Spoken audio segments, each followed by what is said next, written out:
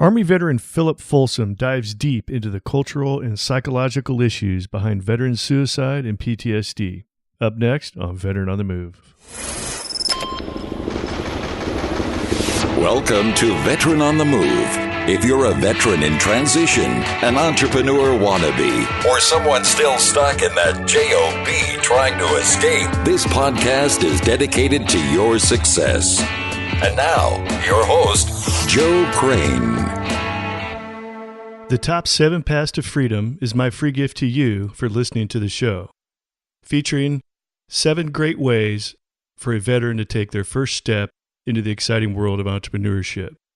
To receive your free gift, go to veteranonthemove.com, or if you're listening on a mobile device, you can text the word veteran to 38470.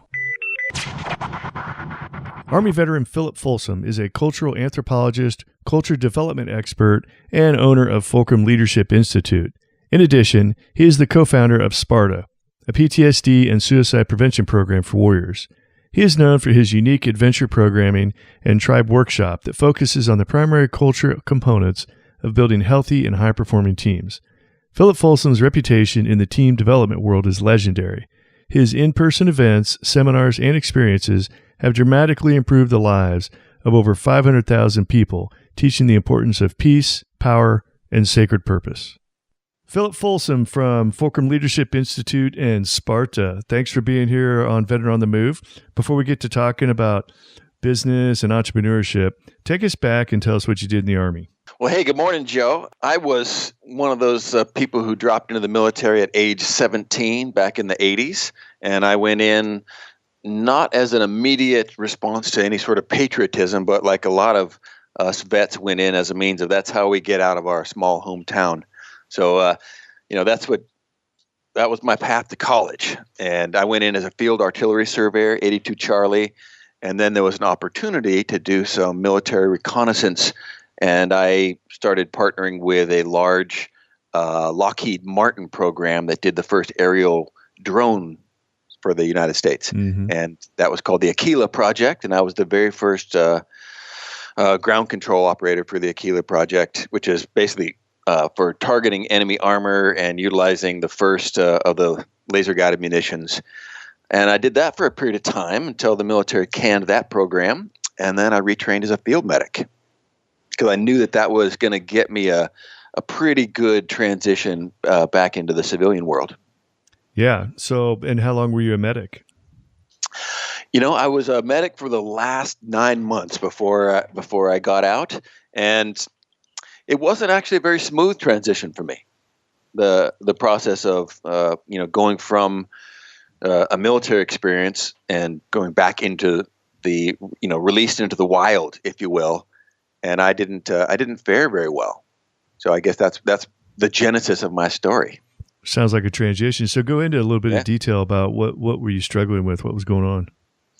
Well, I guess to set the tone for that, one of my programs that I have founded is called the Sparta Project.org, and it is for warriors who are struggling with PTS or suicide. And right now, as most of your listeners know, we are in the middle of an epidemic of warrior suicide.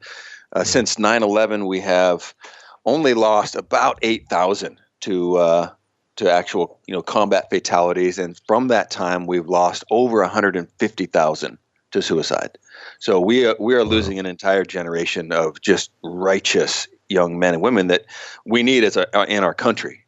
And I from my leadership perspective of running a large team building company here in Los Angeles, I get regularly asked by my clients, where do we find the men and women who are mission oriented, who are team players? And I'm like, well, I can tell you, they're killing themselves 22 a day. So one of the genesis behind the suicide epidemic, and it's one of the things I definitely struggled with getting out, was number one, people who go into the military have about 3 times the rate of what's called pre-trauma. And pre-trauma is the stuff that we have when we're young that has to do with poverty and neglect and some of the other things that young people struggle with. And as the military happens to be one of those places that, poor kids and yet kids without dads we can go, and it'll save us. So what happens is you get this society of young men and women who have a big pre-trauma load, and then when you add some acute trauma, such as a war or some sort of other in-service challenge that happens, that tends to slosh water over the side of the cup, and that's called PTS. That's when people become hypervigilant and they start struggling with other behaviors. The biggest component to this is when we have released our warriors from a military background and back into society, that's where we see the suicides happen. We're actually not seeing a large amount of veteran suicide happening when it's in the service. And the reason for that is human beings are absolutely perfectly adapted and designed for this world we live in.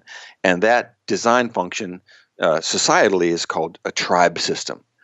And since I've got out, and I'm an old guy, I'm over 50 right now, and so I've been doing this for a long time, I had to go back and research what were the components that fulfilled, the things that I needed for it to be successful, and that created the environment where I struggled in.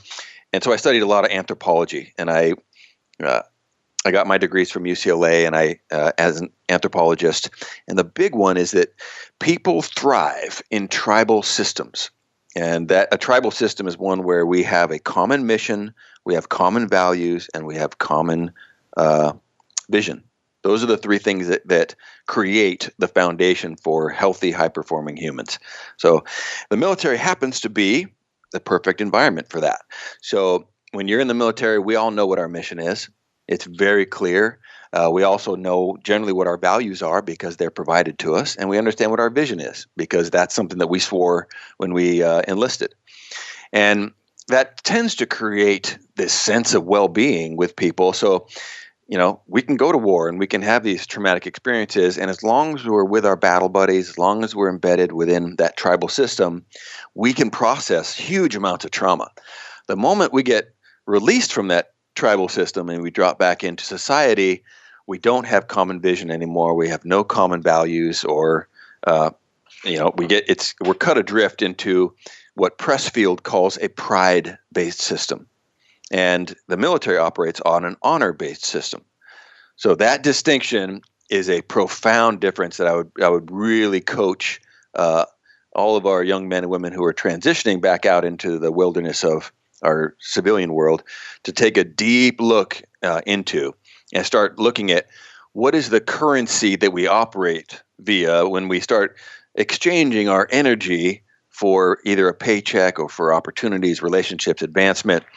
We've all learned that if I play that honor card, I will get ahead and I will receive a reciprocal return from my brothers and sisters. So, I'll take my turn holding the shield in the line, and then I know that when I get exhausted, somebody else takes that slot and protects me. And that's that Spartan phalanx position where we all take turns doing that. That's an honor system. And whenever we're asked, men and women who perform heroic acts, why and how did you do it? And they always say the same thing. It's they would have done it for me. That's the response to heroism across the board. Right. And that's an honor statement. And society does not have an honor system. It has a pride-based system, which means how we think about each other is not nearly as important as how I think about myself. So it's my career and my title and my money and my car. And that, if you're not prepared to play that game, you are going to struggle mightily in the civilian world. And that's what's behind the majority of our PTS symptoms, and why a lot of veterans aren't doing a great job at reintegrating into an abundant career, because they keep playing that good guy card at work, and they keep showing up on time and doing their duty, and they're not getting ahead because they're not understanding how that system works. So you're saying we actually need to convert over to a pride-based system in order to either survive or be happy?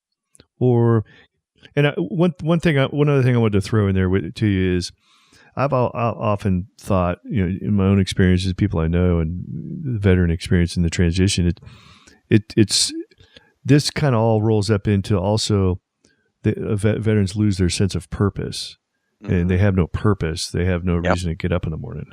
And when you take the most recent poll in business right now is under 20% of Americans are fully engaged with their jobs. That means we got 80% of our men and women who are living for the weekend and then trying to find purpose in that period of time. Very dysfunctional. A real wise philosopher named Krishnamurti said, "It is no measure of health to be well adapted to a sick society." And the reality is that we are living in a very sick society.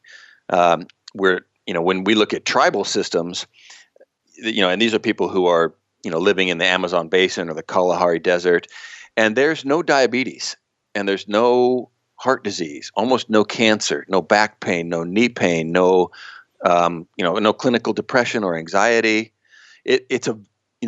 We are well adapted to living on this planet, but when you take a look at what our society is, we are profoundly dysfunctional, and that is a pride-based system. It doesn't work well. So we don't have to, adapt to the sick society. We just have to acknowledge that it's there, and then we have to start building our own tribe systems within that sick society. And what that looks like is hunt down your brothers and sisters, hunt down the people who have the same mission, the same values, and whether that be, Project Rubicon, Sparta, an AA group, join the Marshall School of Business for veterans. You got to hunt down your tribe of people, and that's where you're going to thrive. And if you can't find them, create them. And that's the work I'm doing right now. That's awesome. Yeah, and that's really, that's really what I try to do here at the Veteran on the Move podcast, building a tribal system of veterans or future veterans that want to get into entrepreneurship. Oh yeah, it's absolutely vital. For me, I had this one anecdote when I was in the military, and I grew up in a pretty poor family, poor community. Dad wasn't around, and I remembered, at I guess it was at a bar or something, and I saw one of my, Army guys who I think he lost his wallet or something like that, and he was forced to ask for a loan from a stranger who was wearing the green. Another Army person, and it was an immediate yes. How much do you need? And for me, for somebody who came from not having a lot, to have a stranger be able to drop $10 to another somebody simply because they were in the tribe, simply because they were flying that banner and they were part of that community, that honor code was so powerful for me. It actually gives me chills when I remember that, because when you start moving through business, that is the same dynamic. When you say, "Hey, I was in, and I have a vision, and I have a mission, and I have a value set that we can both agree on, that we're going to play by," and all of a sudden, that opens up some powerful doors in an entrepreneurial mindset that simply doesn't exist in the rest of society. So if we don't take advantage of what we already have, that's a real shame, because we paid for that seat.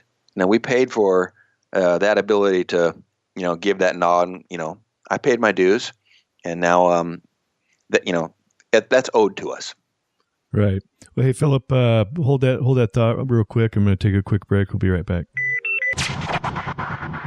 Have you joined the Veteran on the Move Facebook group? I personally invite every guest that I have on the podcast to join the group. So the Veteran on the Move Facebook group is a great way to connect with previous podcast guests. Our Facebook group will keep you in touch with other veterans that are transitioning to entrepreneurship, and you will also get great updates and free guides on the people, programs, and resources that will help you in your transition to entrepreneurship. All right, we're back talking with Philip Folsom. So before the break, we were talking about a number of things, characteristics towards veterans and tribal-based systems and honor-based system in the military versus pride systems in the civilian sector. So, Philip, tell us exactly what Sparta is doing and what kind of work that Sparta is providing for veterans. Sparta is a program. It's a nonprofit that I've co-founded with a number of other military veterans, and our our mission is suicide prevention. That's the beginning of the Sparta acronym. The website is thespartaproject.org. It is a free program for warriors who are struggling with PTS and suicide. It's a 5-day residential program that we run across the country, and we run a cohort whenever we manage to get enough funding to run that. So we have one that's our next cohort is happening in September, and I know this comes out pretty close to that time, but we're doing ongoing cohorts, and we invite you to jump on that website, and we can at least get you connected to a potential support tribe in your area. And I guess the most powerful thing that I can tell you that describes Sparta and our reentry struggles with PTS comes from the rituals of the Spartans themselves. And we do a great job in the United States of training men and women for war. There's nobody who's done a better job except for maybe the Spartans. And we've created the most mighty fighting force that has ever existed on the planet.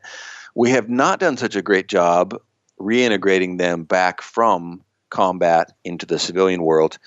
And if we take a look again, as an anthropologist, I've studied the reintegration rituals of cultures from around the globe, and they're very robust and very powerful. The Native Americans would send their braves on a vision quest after war so that they would have to go reclaim their soul. And we basically just say, hey, welcome home. Thank you for your service. Here's a bus ticket, or here, go talk to the VA. The samurai would spend long periods of time, practicing calligraphy and doing things that were rebalancing after going and chopping people's heads off. The Spartans have a profound ritual that I just want to share with your listeners because it might be powerful for a number of you listening. The Spartans were not only just a war culture, they also were farmers, and they were potters and raised livestock. And they would call up the troops whenever there was an engagement, and they would rally at a particular place where they were going to have their ass kicking. And they would conduct a ritual, which was they would provide all the Spartans with a small stick that they would scribe their initials on, and then they would break the stick and tie half of it to their shield and half went into a bucket behind the lines. And after the combat, they would then be able to reconnect the sticks, and the sticks that did not have a partner, that was basically how many people they lost. But the ritual of that was the moment that the Spartans snapped their stick, they were no longer an individual that had a farm and a family and a wife to go home to. They were a member of the shield wall. And at that moment, they were part of something bigger than themselves. And the moment we go into that honor-based system, we can basically recognize that honor code is more powerful than fear. It's more powerful than doubt. It's more powerful than almost anything else. And the Spartans were known for being absolutely relentless, fearless warriors, and they ground everybody in the Mediterranean in their era. The interesting part was after the battle, the moment the Spartans joined their sticks together, they would have a cathartic release of emotions because they knew that they were released from the shield wall and they could regain their individual identity and they got to go home. And it was at that moment where they would weep and they would shudder and they would rage, and there was this cathartic reboot of the whole limbic system, and it was triggered by a ritual. And the United States, at least in my military experience and with all the veterans I've worked with over the years, we didn't get that closure. We didn't get to be able to fully return home. There's still part of us that's still with our battle buddies, wherever it is. And so the Sparta Project, which is basically a 5-day war detox, is a chance to be able to learn how to manage stress, learn how to reintegrate, learn how to meditate, learn how to form a tribe. And I really hope that whether it be Sparta or any of the other wonderful veteran programs, that y'all get what you need out there because you earned that seat, wherever it is. You earned that.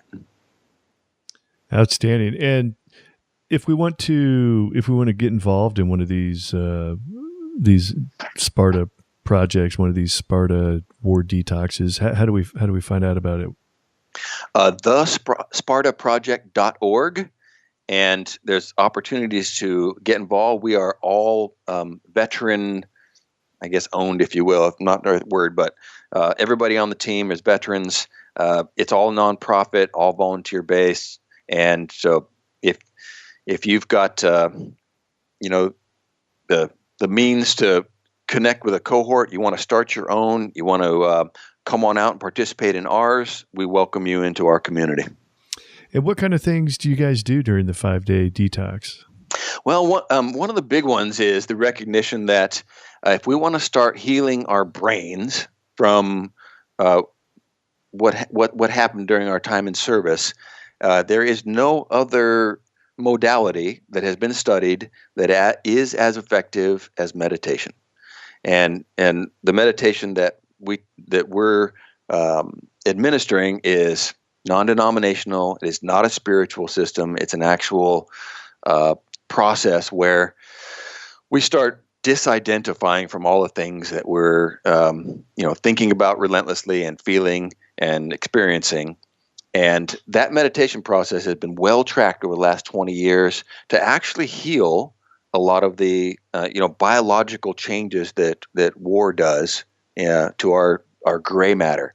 And so when we start looking at how our brain functions, the very inside of our brain is called your amygdala, and it's a little tiny almond-shaped kind of a gland in the middle of your brain that never sleeps, and it is responsible for being vigilant and fight flight. And so it's even awake when you're sleeping, and all of a sudden you hear the ice maker make a sound. It's like, whoop, wake up.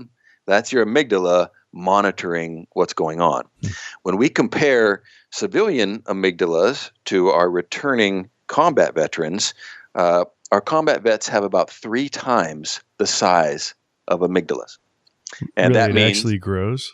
It actually grows. And the reason why is that I mentioned before, human beings are just wonderfully adapted to this world, which means we're really good at dealing with short-term stress. So a saber-toothed tiger jumps out, we either kill it, we run from it, or we die. And that takes about 10 seconds. And then we're back to normal again, and we just are chill. But in our wartime experience, we are under that constant threat of death for months and months and months. And what happens is it absolutely just destroys your limbic system and your adrenaline system and your amygdala. And that's part of the stuff that's behind PTS, is that when you are being forced to live, in a saber-toothed tiger-filled valley for months on end, you become hypervigilant. You start looking for threats everywhere. You start becoming very, very anxious and very violent. And that's a very natural response to living in that environment. So when we look at post-traumatic stress, it's actually that's not some sort of a strange disorder where we're broken. It's a perfect response to the environment that we were forced to be in. So when you're forced to be in a war zone for weeks or months on end, yeah, you're going to have that experience with your brain because that's what we need to do to survive. But if you're not able to and somehow recalibrate and heal yourself from that behavior that you needed to go to survive, if you can't change that back to a civilian setting, we come back as monsters.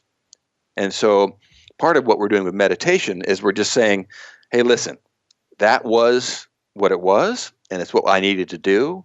And now I'm in a different place, and I have a different calibration set of what my stresses are. And I can go to the store, and I can drive in traffic and not have to be triggered by that thing on the side of the road that I had to worry about when I was, outside the lines. But I don't have to worry about that now. Does the amygdala actually shrink back down? You know what it does, and it does a whole host of other really, really powerful stuff. It starts healing what that center divider between your brain called your corpus callosum. It starts increasing the brain density of our gray matter, and a whole host of other very, very valuable stuff, which is you can't do with pills. And that's what, and God bless the VA. They're doing the best they can with what they got. But unless we're starting to address our behavior, unless we're starting to address some of the, tribal systems of society and understand what's going on with our brains, it's not helping us, just giving us prescriptions. It's not solving the problem. It's just putting a Band-Aid on it. Mm-hmm. So well, hey, that's Philip, what we're doing at Sparta. That's outstanding. So tell us a little bit about the business side of Sparta. Is the Sparta Project a nonprofit, or is it okay? No, we're all nonprofit, and we run a cohort as soon as we get enough money to run one, which means it costs us a couple grand to, and that's with a lot of donations to be able to pay for the locations, and we have a therapist and a lot of great service providers that come in and donate their time, but we still, got to pay for beds and heads. So we're donation only, and any business folks who are out there that want to literally save a life, and I'm not saying that just as an abstract good deed. I'm saying Sparta. We get people who are at the last house on the block, and they even say to us like, "Hey, if this doesn't work, I'm done." And we don't lose people. We do not lose people. That's awesome. Is it free for the veteran to attend a cohort? Yep, it is absolutely free. All you got to do is get out here or wherever it is. We run cohorts in Arizona, Minnesota, and then outside of Los Angeles, where I'm at right now. So our next cohort in September will be here in Los Angeles, and then the next one is TBD, but we'll keep you posted. And we have a Facebook page, so that there's a lot of updates that happen on that as well. Outstanding. All right, Philip. So going back to what you were saying earlier, the number one best thing that anybody suffering from PTSD or having issues, the number one thing they can do is meditation. Yes. Yep. That is the secret sauce. Really? And that's what you can do for yourself in terms of just ongoing, just behavioral adjustment and health and all that. For the pairing with that meditation is build your tribe. So men and women who are out there, and if you're floating around wondering why you don't have purpose or meaning or abundance, build your tribe. We are very, very poor at individual function as a species. And the myth of the lone wolf is a Hollywood creation. It is a lie. Wolves are pack hunters, and so are humans, and we are designed to work together to hunt big game. And if you see a lone wolf in the wild, they're either looking for another tribe immediately or they're going off to die.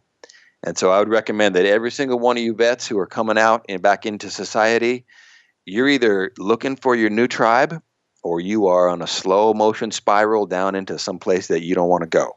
So find your tribe and build it and maintain it, and it is out there. There are places to find it.